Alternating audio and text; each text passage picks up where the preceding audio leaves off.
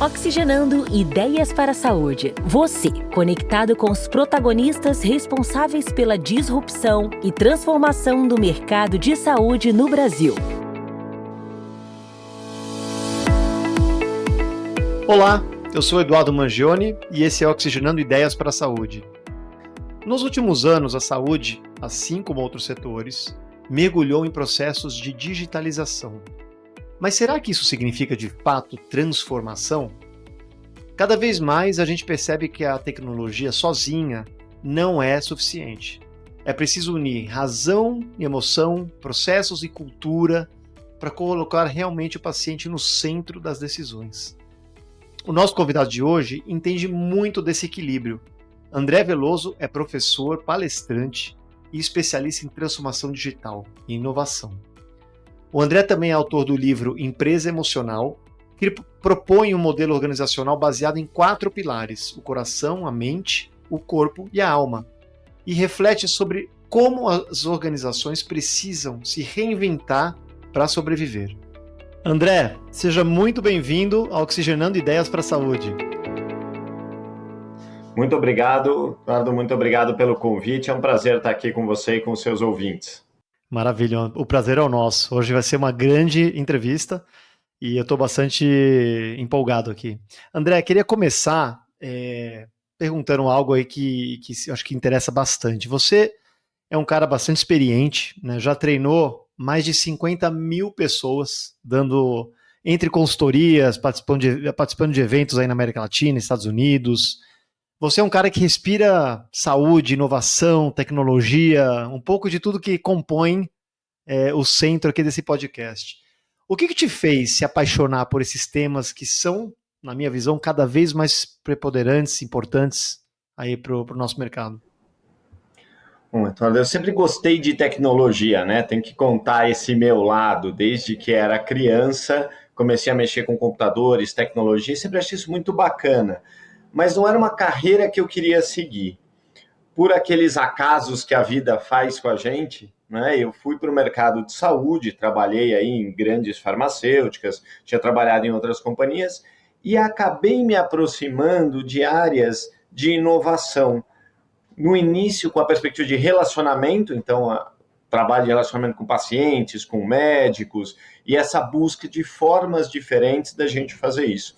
Você mais do que ninguém sabe qual é o desafio que a gente tem de manter pacientes em tratamento, de manter médicos informados. E nesse caminho, eu comecei a buscar outras formas de fazer isso. E aí não tem jeito de fazer isso sem inovação, e a tecnologia é um elemento super importante. E aí diria que depois de entrar no mercado de saúde, não tem outro mercado que a gente queira trabalhar, né? A gente entrega propósito, a gente muda a vida das pessoas. Então, eu cada dia me apaixono mais por essa combinação de uso de inovação e tecnologia em benefício da saúde. Olha, estou com você, não posso falar diferente não. Eu sou apaixonado por esse mercado, estou nele há mais de 20 anos e sem dúvida, para quem trabalha nele, é um baita de um propósito real, né? A gente vê o resultado do que a gente faz.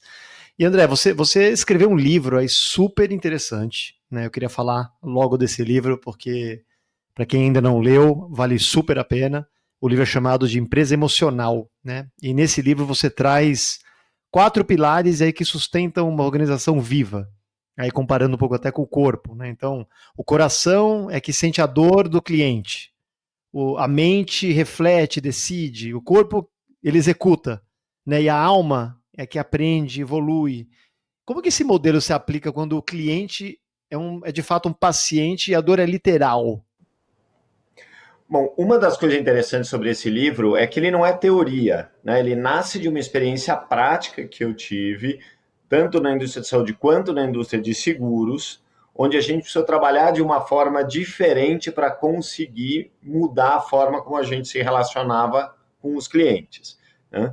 Então, o time precisava pensar de uma forma diferente. E daí que nasce essa ideia, né, do corpo vivo, do organismo vivo, composto por essas 4 partes aqui, né?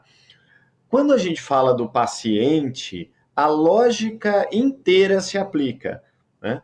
Mais fácil até de explicar do que em alguns mercados. Eu já fiz, por exemplo, seminários sobre esse tema com a indústria de tintas.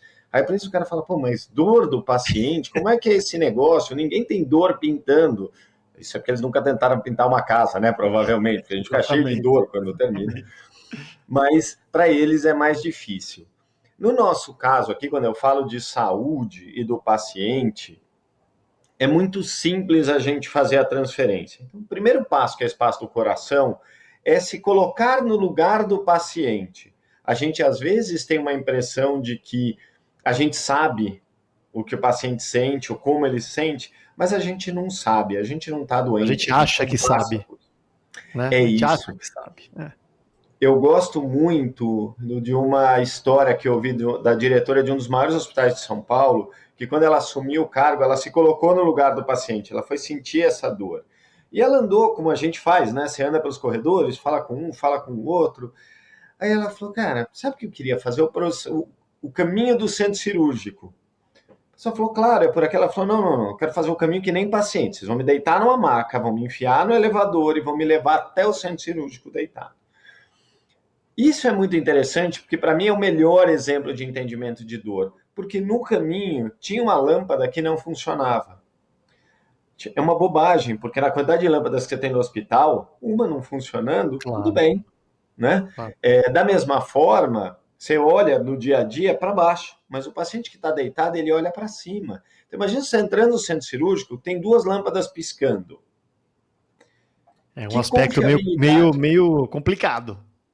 É isso. O que ele vai sentir? Vai sentir insegurança. Segurança, claro. Pois é. Então, sentir a dor é esse, é entender o paciente. E aqui tem uma coisa que a gente gosta de colocar nesse modelo, que é o que diferencia ele de qualquer outro que fala de olhar para o cliente. Não faça isso só com quem fala com o paciente. Envolve mais gente. Porque depois, quando você passa para essa fase da mente, que é a fase de transformar o que você entendeu numa solução, todo mundo sentiu isso. Todo mundo percebeu como são as coisas. Eu costumo colocar como exemplo a área de tecnologia. Quantas vezes a gente não vai desenvolver alguma coisa e a tecnologia fala, não, mas espera, por quê? Qual que é a solução? Porque eu não estou transferindo bem para ele a dor do cliente. Deixa ele ir lá e ouvir, deixa ele ir lá e sentir. Então, todos devem sentir essa dor e se colocar no lugar dele. Todos devem participar da discussão da solução, porque às vezes quem está construindo também tem uma perspectiva diferente, né? E aí o corpo, que é quem executa, também vai trazer uma outra perspectiva, porque às vezes vai falar, poxa, isso aqui é difícil, isso aqui é complexo. Eu uma vez estava desenvolvendo uma solução para a força de vendas e eles me pediram um calendário. Construir calendário é uma coisa meio caótica, né? Porque é complexo, você tem que marcar, você tem um monte de coisas ali por trás. E a equipe que estava construindo, né, o corpo ali, falou para mim, isso vai levar 4, 5 meses, é demorado. Não... Só pera, vamos voltar para o cliente, vamos ouvir ele de novo, e levamos o time de tecnologia. E o cara fez a pergunta que a gente não tinha feito, porque a gente é habituado, né, fala, você quer calendário? Vamos botar calendário. Ele falou, mas para que você quer o calendário? Ah, porque eu quero integrado não sei onde. Falei, então se eu puser um botão que abre o calendário do seu telefone, serve? Vai falar, maravilha, resolve meu problema. Então, muito mais simples e já direto ao ponto também, na dor. Né? Exato. Então, quem está ali na operação das coisas que atendem o paciente ou dos processos vai ter outra perspectiva. E a gente fecha esse olhar com a alma, porque não adianta eu fazer tudo isso e eu não melhorar para o próximo paciente. Não adianta fazer isso tudo e não olhar para o meu processo e entender que esse processo é diferente a partir de agora para acomodar isso. Né? Então, dá para a gente fazer uma tradução perfeita desses 4 pilares para a área da saúde, seja no olhar do médico, seja no olhar do paciente. Uma analogia muito feliz, muito bacana mesmo. E 2 pontos, né? Acho que primeiro é empatia, né? Empatia no limite, né? Assim como você falou, se colocar no papel do paciente aqui, ele no centro, você viveu o que ele vive. Super exemplo legal do hospital. Vou carregar esse exemplo, muito bacana. Né? E o outro é isso, né? Também a gente tem diferentes maneiras de sentir as dores, a fricção que ele sente também na jornada dele. E envolver outras áreas é muito importante, que você está comentando também, né? Outras pessoas que talvez não tenham aí de bate-pronto as respostas também. Muito bacana. No livro você também traz a ideia de que quanto mais energia a empresa gasta em burocracia, disputa interna, que tem muito, né? Menos tempo sobra para ela realmente olhar para o cliente. E como que a gente consegue diagnosticar esse fenômeno específico que na área de saúde tem consequências ainda muito mais perversas, né? Podem ter. Normalmente é fácil de identificar. Mas antes de responder, eu vou fazer um comentário na nossa última pergunta aqui, que eu me lembrei. Se coloca no lugar do paciente, mas se for uma instituição de saúde, se coloca no lugar da família do paciente também. É um exercício muito interessante, porque a gente esquece. Eu escrevi um capítulo num livro sobre a experiência do paciente e eu fiz questão de tratar disso. Você tem um paciente que está internado, ele quer sair logo. Aí você faz tudo para ele sair logo. A família está preocupada com o que vai acontecer quando ele chegar em casa. Então, se eu não adotar todas as perspectivas, eu também posso perder alguma coisa e esquecer o processo.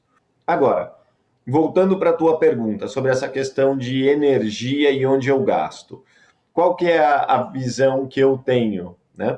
Há outras, mas a minha a gente tem uma quantidade de energia para gastar que é finita e está bem definida. Todos nós temos, por exemplo, 8 horas mais ou menos de trabalho ali por dia, né? Vamos ficar num dia normal aqui. Eu posso escolher como eu gasto essas 8 horas.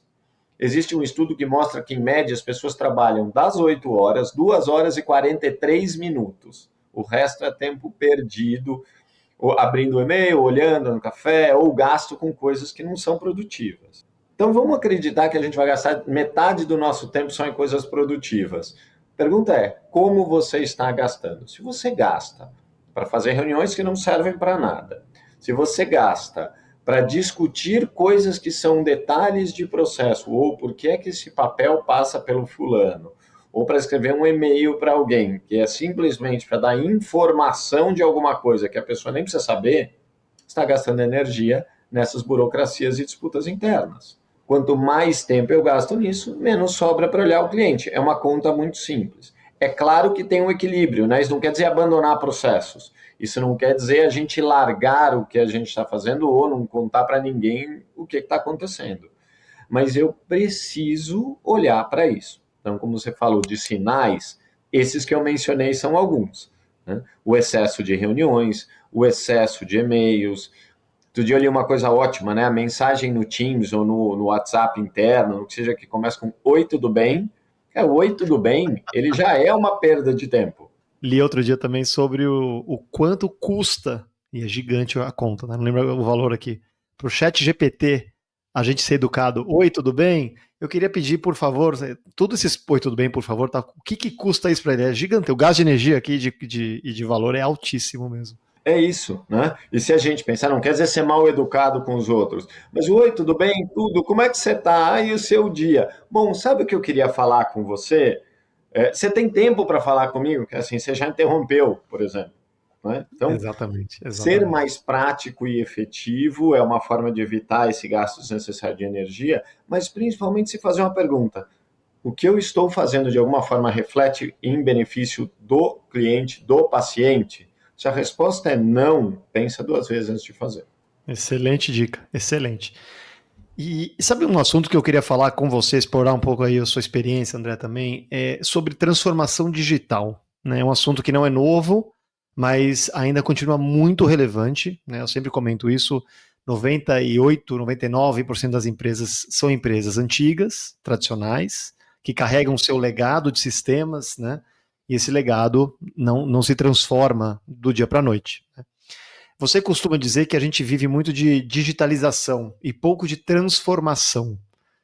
E aí, levando isso mais para a prática, né? Que métrica que pode provar que houve de fato transformação e não apenas uma camada de tecnologia em cima de um processo antigo, por exemplo? Acho que a primeira coisa importante aqui é fazer o que você fez. Vamos definir o que é digitalização e o que é transformação para deixar os nossos ouvintes aqui na mesma página que a gente.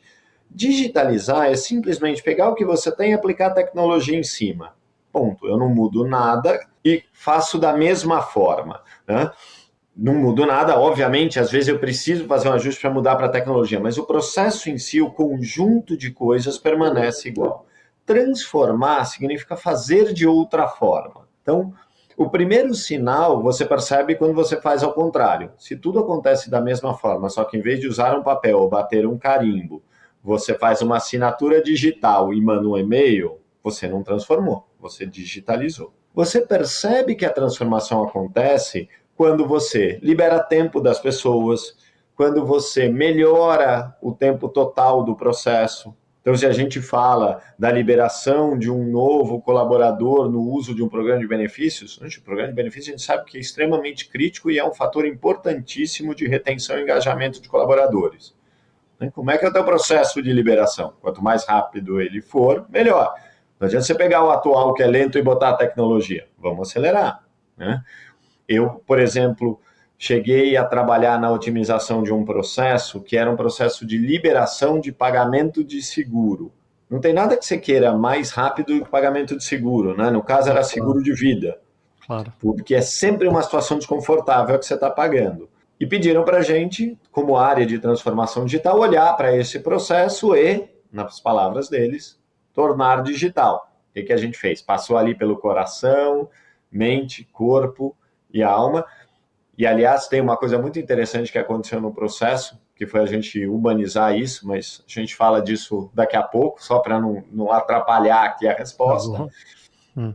E aí a gente olhou para o processo e falou, espera, vamos olhar cada passo? E tinha 40 passos para liberar o seguro. Eu falei, não é possível. Porque passa pela tesouraria, passa pelo fulano, passa pelo ciclano, passa pelo beltrano, tá bom. Aí a gente foi conversar com cada um, falou, por que passa por você? Eu falei, não sei, antigamente passava porque esse papel só era aprovado na superintendência de seguros se tivesse o meu carimbo. Aí hoje essa regra já caiu. No fim, o que levava 40 dias passou a ser feito em 72 horas. Então, este é outro sinal claro de transformação. Eu reduzo o tempo para que o meu paciente, para que o médico, para que o meu cliente receba o serviço. Terceiro indicador importante é custo. Se eu transformei o processo e melhorei o processo, eu tendo a ter um custo melhor ao longo do tempo. E aqui a gente só tem que tomar cuidado com uma pequena armadilha, porque às vezes eu tenho um investimento, tenho um ajuste das pessoas e do processo, e ele leva um tempo para ser otimizado. Então, às vezes, no início eu tenho aquela sensação de, caramba, eu gastei mais, gastei mal, pus dinheiro... Talvez não é no primeiro, no curtíssimo prazo você não vê o resultado, é isso. Exatamente, então você vai ver ele um pouquinho para frente. Eu, inclusive, costumo recomendar que você não comece pelo seu processo principal, a transformação. Exatamente por isso. Porque aí você entende o caminho, as pessoas entendem que isso pode ser feito, entendem a demora que eu tenho, às vezes, de adoção.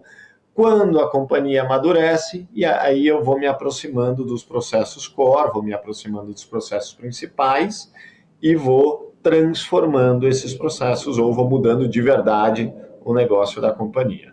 Bacana, muito bom. E no caso de... Né, hoje em dia se usa muito, né, WhatsApp, chatbots, né, estão cada vez mais inteligentes agora e tal. No caso de canais digitais em saúde, né, então quando a gente pensa em atendimento, né, quais são os critérios mínimos para que esse atendimento seja seguro? Em qual sentido? Né? Em que momentos que a conversa precisa obrigatoriamente sair de um robô, que eu vejo que acontece muito, às vezes o que a gente chama de handoff, né? Sai do robô e passar para o atendente humano, nem sempre ele é muito bem coordenado, às vezes frustra muito a experiência. Na sua experiência, né? Quais são os critérios mínimos para que isso seja seguro, bem feito? Bom, antes de mais nada, eu uso o critério da sensibilidade, né? Quando você se coloca no lugar do paciente ou do cliente, você começa a entender o que é que para ele é importante, em que momento ele precisa de um humano ali, né? Então não é um critério técnico, mas ele é um critério extremamente importante na saúde, né? A gente está aqui focando nesse mercado. Se eu falo de outros, a gente falou aqui já de tintas, falo de indústria automobilística, de telefonia, é menos sensível. Mas em saúde, se eu estou falando de uma patologia complexa, eu estou falando de um atendimento específico, será que um robô é a melhor solução? Né? Então esse é o primeiro ponto. O segundo ponto é a efetividade. Então, assim como a gente usava antigamente métricas de contact center para avaliar operadores, eu tenho que avaliar abandono de chamada, eu tenho que avaliar, no fim, a derivação para o humano. Então, a gente às vezes tenta marcar alguma coisa, né? Eu não gosto de usar como exemplo as empresas de exames e diagnóstico, porque é sempre o exame que o problema que todo mundo fala, eu fui marcar um exame, aí eu tive que ligar, porque é um serviço complexo. Você pode chamar o mesmo exame por 3, 4 nomes. É difícil mesmo. É difícil mesmo. Eu precisaria de uma complexidade semântica aí que não é tão fácil. Puxa, então será que não é mais rápido colocar um humano? Então, primeiro, sensibilidade. Segundo, o processo é mesmo mais rápido quando eu ponho o chatbot ou não? Terceiro é a qualidade que eu consigo dar para isso. Hoje a gente tem ferramentas cada vez mais inteligentes, cada vez mais completas e complexas. Mas, por exemplo, a gente tem um país onde se fala português com sotaques absurdamente diferentes em diferentes regiões. Será que eu consigo capturar todas as informações, independente deste sotaque? Talvez não. Então, talvez no momento em que eu preciso de algo crítico, eu deva passar para o humano. Então, para dar uma resposta precisa, não existe um momento específico que eu possa dizer, devo fazer isso. Agora, quando eu preciso que o paciente entenda algo, eu preciso confirmar esse entendimento, a recomendação de todos os estudiosos do assunto é que eu faça com um humano. Porque eu sempre posso ter uma dúvida adicional, eu posso fazer a reconfirmação do entendimento. Eu concordo com você, e principalmente talvez coisas mais básicas, né? Uma triagem, né? Pegar só os dados essenciais, demográficos, tal, são coisas muito automatizáveis, né? Uhum. Talvez esse trabalho seja um trabalho mais moroso e mais prático mesmo, é mais fácil, mas quando se trata de se aprofundar um pouquinho mais, a gente realmente tem problema. Você deu um excelente exemplo de exames, né?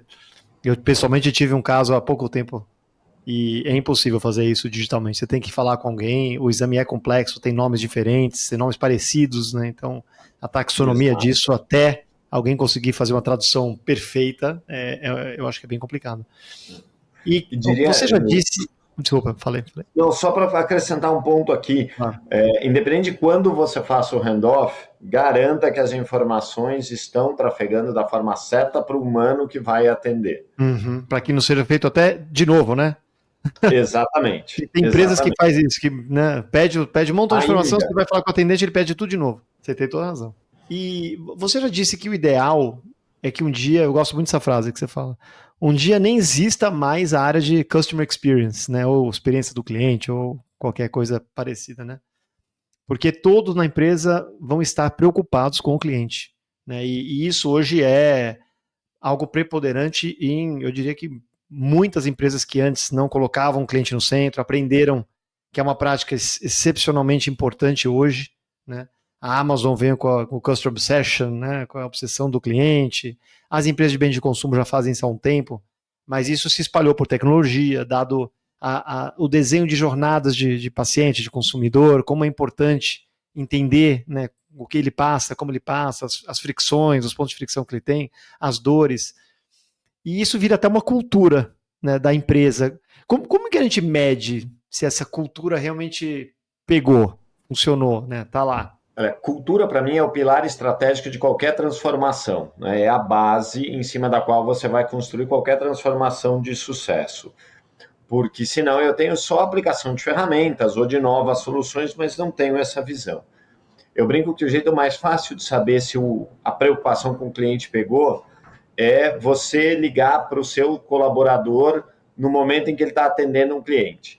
Né? Eu brinco que se o CEO liga e um cliente liga, quem se atende? Se a resposta é o CEO, a gente ainda não chegou lá. Né? E o segundo teste é se ninguém ficar bravo quando o cliente é atendido primeiro.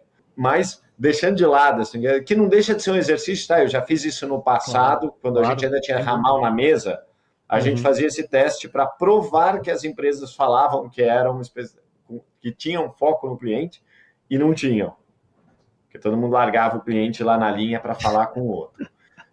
Aliás, minto, para não dizer todas, a American Express, empresa de cartões de crédito, sempre teve uma cultura efetivamente orientada para o cliente.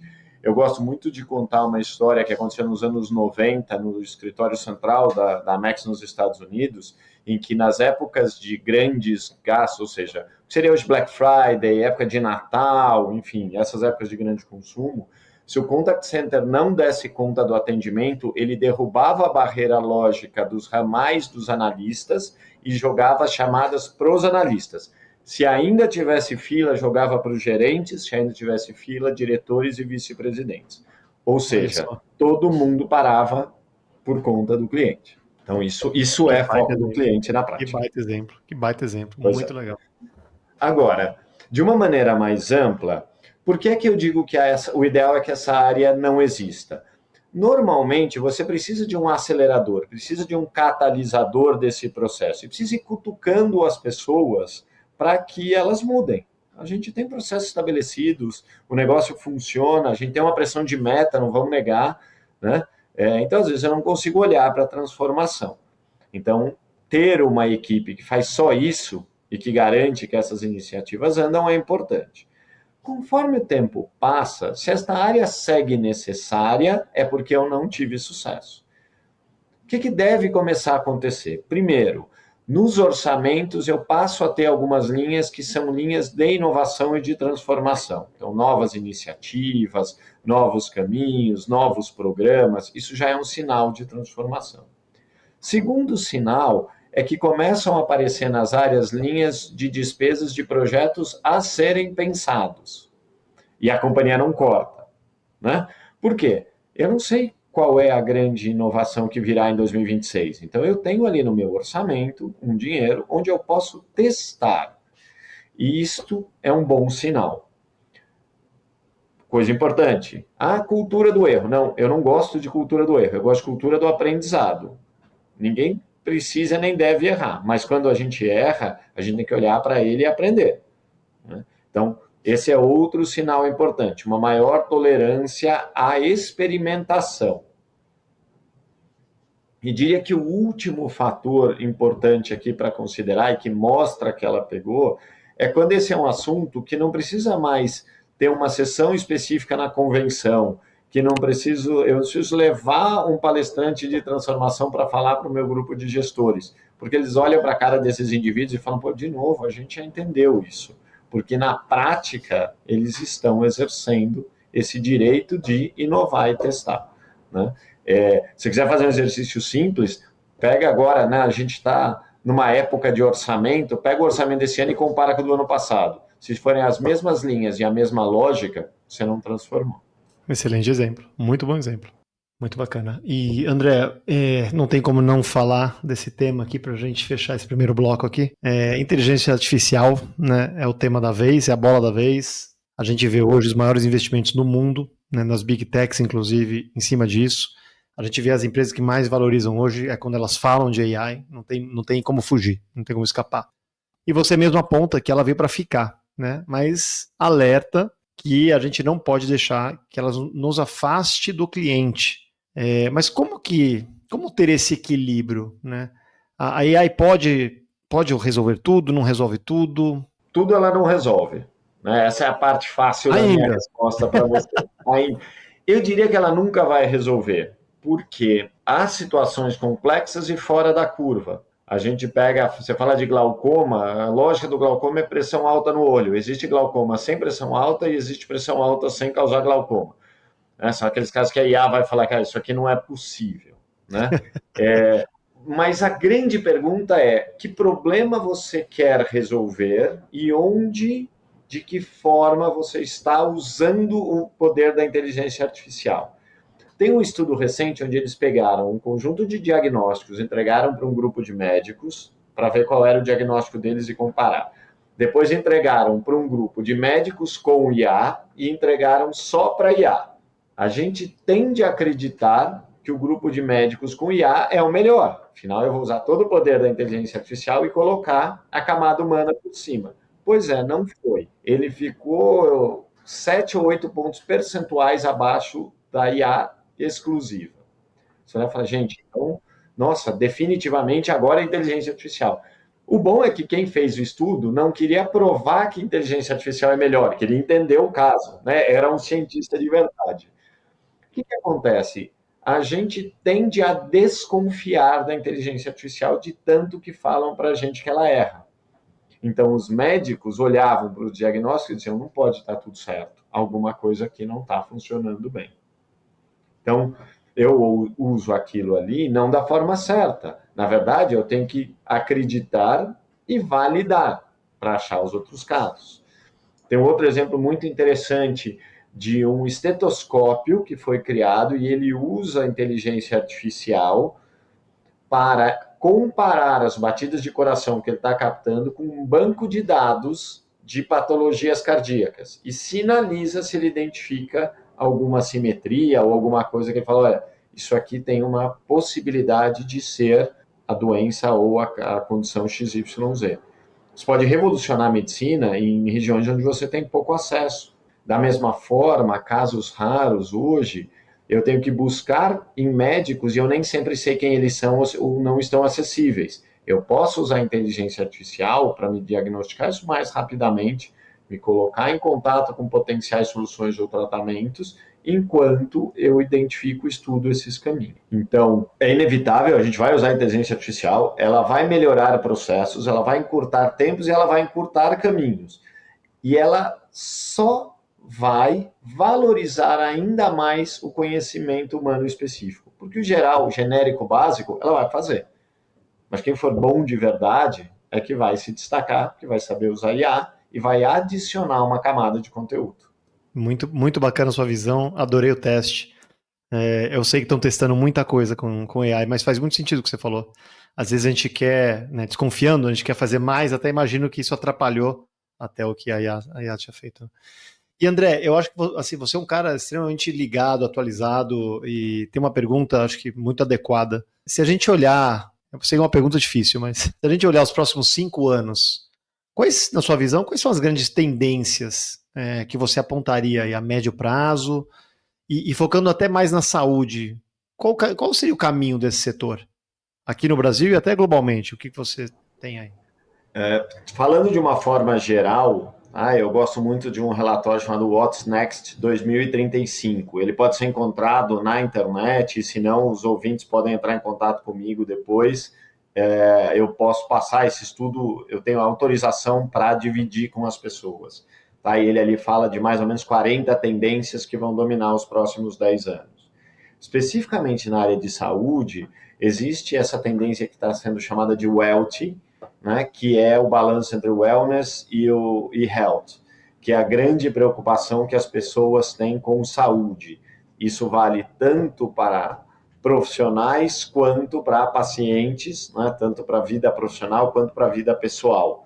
Então, preciso me preocupar com isso no meu dia a dia, mas também preciso olhar, por exemplo, os meus colaboradores e para as minhas equipes para entender se eu estou respeitando isso e estou tratando isso da forma adequada.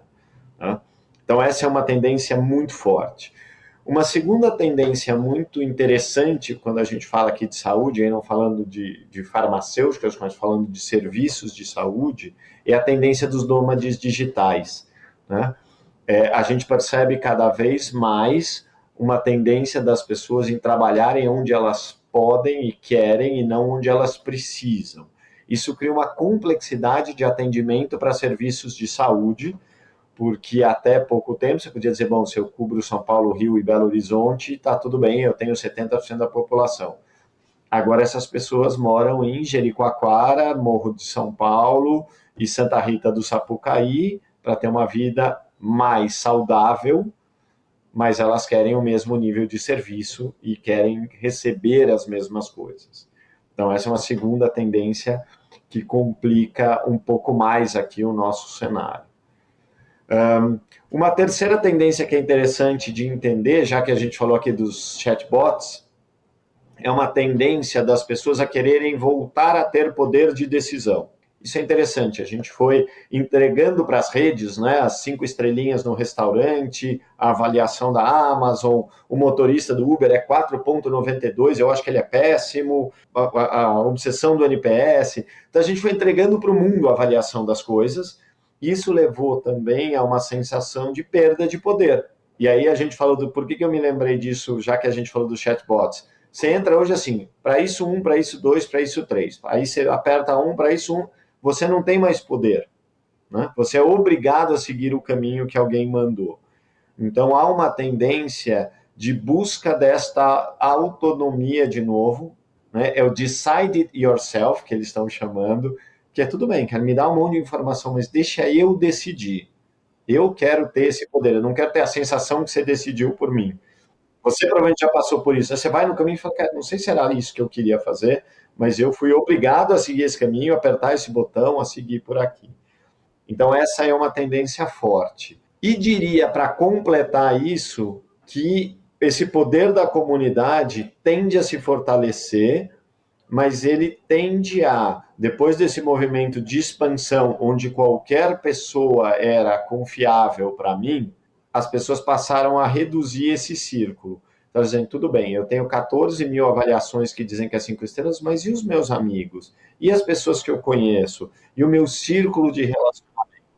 Que sobe o nível, o crivo, né, de credibilidade, inclusive. Interessante. Exatamente, porque eu vou buscar credibilidade na prova social e é um efeito aparentemente colateral da pandemia, porque na pandemia você foi tão digital que deu uma certa overdose e você disse, cara, eu não sei, eu fiz tanta coisa, experimentei tanta coisa de tanta gente, que eu quero retomar esse contato humano. E para isso, a prova social de pessoas conhecidas é muito importante. Então, acho que essas seriam as minhas principais recomendações para observar em termos de tendência, mas como disse aqui, você tem vários relatórios, vários caminhos, e quem quiser me manda uma mensagem, vai ser um prazer falar mais sobre o assunto. Excelente dica, hein? Eu pessoalmente vou querer sim.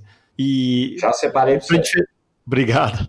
Para a gente fechar esse primeiro bloco aqui, André, eu queria saber onde encontrar o seu livro, para quem está com interesse também, quer ler, recomendo, aonde ele encontra? Então, Empresa Emocional. Ele está, como dizia antigamente, em todas as boas casas do ramo.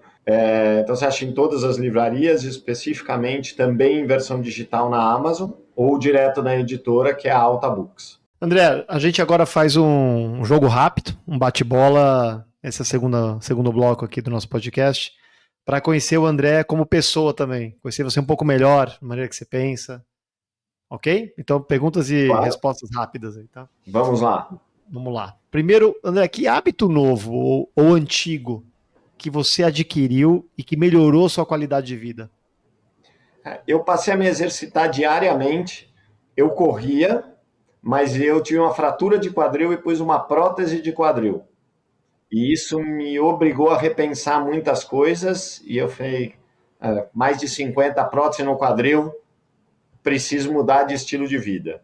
E isso mudou completamente minha vida. Fiz meus exames há pouco tempo, nunca tive em tão boa condição graças a essa mudança de hábito. Que beleza, que beleza. Você trocou a corrida por o quê? Curiosidade. Eu passei a fazer mais musculação mesmo, porque eu precisei fazer fortalecimento, mas eu passei a fazer spinning para diminuir o impacto e de forma absolutamente insana, porque com uma coisa dessas no quadril talvez não seja a coisa mais recomendável, mas eu recuperei uma coisa que eu fiz até meus 15 anos, que foi jogar tênis. Então voltei a jogar dupla, né? É um jogo mais tranquilo, mas quase 40 anos depois voltei a jogar tênis. Que bacana, que bacana. Poxa, te felicito, hein, com quadril aí, jogando tênis, maravilha, hein? E André, um conteúdo que você poderia recomendar para a turma aqui, principalmente para quem está começando ou quer aprender mais, né? Você já deixou um conteúdo super bacana, que é o relatório, que eu acho que muita gente vai querer colocar e fazer download. Mas pode ser um podcast, uma newsletter, um livro, né, que você costuma recomendar. Eu, além do seu podcast e do meu livro, a gente já recomendou aqui, né? Não posso deixar de fazer o nosso comercial. Obrigado. Existe um livro publicado pela Rocket Editora que chama Experiência do Paciente. Então, são entre 20 e 25 autores, eu não me lembro o número exato, dando a sua visão sobre experiência do paciente. Tem gente de hospital, de plano de saúde, de farmacêutica, de todos os lugares. Então, pensando aqui, na nossa audiência mais voltada para a saúde, ele é muito bacana e, ao contrário de outros que são genéricos, falam de clientes de uma forma geral, e a gente sabe a dificuldade que é traduzir isso para a saúde, este fala exclusivamente disso e com gente muito boa. Muito legal, boa dica. André, se você pudesse escolher uma habilidade nova para dominar imediatamente, qual seria? Habilidade nova para dominar. Essa é uma boa pergunta. Mas eu acho que seria uma coisa que eu descobri que eu gosto há pouco tempo, que é cozinhar. Eu sempre fui o cara da churrasqueira, então na churrasqueira eu faço quase qualquer negócio, né? De churrasco a pizza, passando por muitas coisas no meio do caminho. Mas de um tempo para cá eu descobri o prazer de cozinhar de outras formas e outras coisas. Então, essa eu queria dominar logo, porque eu já estou cansando de queimar coisa, estragar a comida. Então, seria bom dominar rápido. Maravilha. E André, que conselho que você daria para si mesmo no início da carreira? Se você pudesse voltar hoje e conversar com você mesmo. Eu daria vários, mas acho que o primeiro seria ter paciência. A gente quer resolver tudo muito rápido, com um primeiro olhar. Às vezes a gente precisa respirar e entender melhor as coisas. E como derivação disso, o respirar significa escutar também. Uma das coisas mais importantes que eu aprendi é a escuta ativa. A gente gosta muito de falar, a gente quer falar o que quer, a gente quer que os outros ouçam, e aí quando a gente precisa ouvir, a gente não está aberto para isso, né? Eu tive a chance e a oportunidade de ouvir uma coisa que eu não gostei, mas estar aberto para mudar, né? E posso contar aqui, tive um chefe que me chamou uma vez e disse, olha, eu trabalhava com a América Latina, ele falava, você está bem com todos os países, todo mundo gosta de você, as coisas andam, você é um cara muito conciliador, e na minha vida isso sempre me ajudou, porque eu sempre construí pontes, e ele falou, mas às vezes você precisa assumir uma postura dura e entender que o conflito ali é necessário. E é verdade, às vezes a gente tem que tomar uma decisão e ela não vai agradar a todo mundo, mas ela é necessária. E ouvi-lo me fez repensar algumas coisas e, por casualidade, poucas semanas depois eu mudei de empresa e tive uma situação onde eu tive que exercitar isso. Então eu diria para o meu eu lá de trás, respira fundo, lembra que você não é o dono da ração, escuta mais e aprende, porque é assim que a gente cresce melhor e mais rápido. Eu conversei com o grande André Veloso, especialista em transformação digital e inovação. André, muito obrigado, amei nossa conversa. E espero você de volta nesse podcast no futuro. Acho que tem mais para explorar desse assunto aqui tão importante, tão pertinente no mundo de hoje. Mais uma vez eu agradeço o convite, estou à disposição a hora que quiser. A gente pode falar de vários outros assuntos ou só jogar a conversa fora. Mas estou à sua disposição e dos nossos ouvintes também, para o que precisarem ou só para trocar uma ideia sobre o futuro da saúde. E eu agradeço também a você que me acompanha por aqui. Se você gostou, segue a gente para não perder os próximos conteúdos. Obrigado e até o próximo episódio. Oxigenando Ideias para a Saúde. Você, conectado com os protagonistas responsáveis pela disrupção e transformação do mercado de saúde no Brasil.